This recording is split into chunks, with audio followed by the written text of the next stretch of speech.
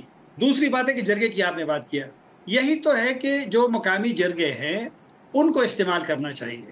میرے خیال میں جرگے جو ایک غیر روایتی وہاں پر ایک مطلب ایک روایتی جرگے، ایک تو یہ حکومت کوشش کر رہی ہے کہ وہ جرگے بنا کر کے، یہی شک ہے کہ شاید اپنے لیے استعمال کریں گے، لیکن جو پہلے سے وہ ایک ٹریڈیشنل جرگے ہیں ان کو آپ استعمال کریں گے تو معاملات میں کسی حد تک بہتری آ سکتی ہے. ان کی اگر آپ بات سنیں، ان کو اگر تو میرے خیال میں کل والا واقعہ بھی شاید پیش نہ آتا، لیکن اگر وہاں پہ جب لوگ گئے ہیں، ظاہر بات ہے کہ جس کی بچی مرتی ہے تو احتجاج، تو اتنا حق تو میرے خیال میں پاکستان کا آئین بھی کسی کو دیتا ہے کہ وہ اپنا اظہار کر سکے. تو جو ایک افیکٹڈ پارٹی ہو، اور اس میں افیکٹڈ پارٹی عام لوگ تھے، تو عام لوگوں کو تو سنا جائے تو میرے خیال میں عام بندہ تو اسٹیٹ کے خلاف نہیں لڑتا نا، عام بندہ تو کسی کے خلاف تو نہیں ہوتا، وہ تو اپنی فریاد آپ کو لائے گا. تو جرگے کا ایک رول ہے اور اچھی بات ہے. کل بھی جرگہ ہوا، بالکل مثبت پیش رفت ہے، اور میرے خیال میں یہ اچھی بات ہے کہ جب واقعہ ہوا تو وہاں پر احساس ہو گیا کہ اب اس مسئلے کو کول ڈاؤن کرنا چاہیے. تو میرے خیال میں کافی حد تک وہ مؤثر ہوا. اور یہ جو دوسرا جرگہ پشاور میں ہو رہا ہے، یہ بھی میرے خیال میں بالکل ایک اچھی علامت ہے کہ معاملات کو مذاکرات سے، انگیجمنٹ سے حل کیے جائیں. طاہر صاحب آپ یہ بتائیے گا کہ یہ جو آبویسلی اے پی سی حکومت نے بھی بلائی، اس کے ساتھ میں اپوزیشن بھی اس طرح کی گفتگو کر رہی ہے، سو ایک ہمیں پولیٹیکل پارٹیز کی طرف سے بھی ہم کہہ سکتے ہیں کہ بار بار یہ کوشش نظر آ رہی ہے کہ ان کو احساس ہے کہ صوبے میں بہت ایک سیریس سنجیدہ مسئلہ ہے اور اس کے اوپر ایک پولیٹیکل کنسنسس کی ضرورت ہے. آپ کے خیال میں کیا یہ پولیٹیکل پارٹیز بھی اگر اکٹھی ہو جائیں اتفاق سے، چاہے اپوزیشن ہو، چاہے حکومت ہو، P T I who, J you آئی فے ہو جائے، پی پی پی ہو جائے، اس سے کوئی فرق پڑ سکتا ہے؟ بالکل پڑ سکتا ہے. یہی تو اگر آپ کی آواز ایک ہو تو اس کا فرق پڑ سکتا ہے. دوسری بات ہے کہ آپ نے اونرشپ لے لی ہے. اب اگر حکومت نے اے پی سی بلائی ہے اور 3 بڑی پارٹیاں اس میں نہیں جاتی، حالانکہ فضل الرحمان صاحب کی پارٹی بہت زیادہ متاثر ہے، مولانا فضل الرحمان پہ خود حملے ہوئے ہیں، ان کے بھائی پہ حملے ہوئے ہیں، ان کے بیٹے پہ، بڑے پہ ہوا ہے. ابھی چھوٹے بیٹے کو ٹی ٹی پی والوں نے لکی مرود میں روکا تھا، آدھے گھنٹے وہاں پر ان کے ساتھ توتمے میں ہوتی رہی. پھر عوامی نیشنل پارٹی ہے، سب سے زیادہ متاثر عوامی نیشنل پارٹی ہے، اور پیپلز پارٹی بھی، اس کے بھی بے نظیر بھٹو خود آپ کی مثال ہے. تو لہٰذا اگر 3 بڑی پارٹیاں حکومت کے اس میں نہیں جاتی تو وہ تو ایک بڑی ڈویژن آ گئی ہے. حالانکہ یہ بڑی بدقسمتی ہے کہ پاکستان تحریک انصاف نے یہ جو بائیکاٹ والا جو ایک روایت قائم کی ہے اور یہ سخت موقف والا یہ پیداوار ہے پی ٹی آئی کا. لیکن میرے خیال میں جو دیگر 3 پارٹیاں نہیں گئی، میری نظر میں انہوں نے بہت غلطی کی ہے، ان کو جانا چاہیے تھا. اور اگر نہیں جائیں گے تو پھر مطلب ہے کہ خطرہ تو سب کے لیے ہوگا. اور ٹی ٹی پی کی پالیسی تو گو کہ ٹی ٹی پی اب کہتی ہے کہ ان کا نشانہ اب سیاسی اور پولیٹیکل لیڈرشپ نہیں ہے، لیکن کبھی کبھی اشارتاً وہ کہہ بھی دیتے ہیں. تو لہٰذا بالکل جانا چاہیے تھا. اور ڈویژن جو ہے یہ بالکل منفی میسج گیا ہے. چلو وہ تو ہو گیا ہے، لیکن مستقبل کے لیے تو بیٹھنا تو پڑے گا. اگر آپ نہیں بیٹھیں گے تو مسائل حل نہیں ہو سکتے. جب پولیٹیکل اونرشپ آپ نہیں لیں گے تو پھر میرے خیال میں اس طرح کہ آپ نے فورسز کو بھی اکیلے چھوڑ دیا، اور آپ کی دوسری جو اس فریق ہے جنگ میں وہ انکریج بھی ہو جائے گی. بہت بہت شکریہ طاہر صاحب نے ہمارے لیے وقت نکالا. ناظرین آج کے لیے بس اتنا ہی. We'll be back tomorrow at the same time.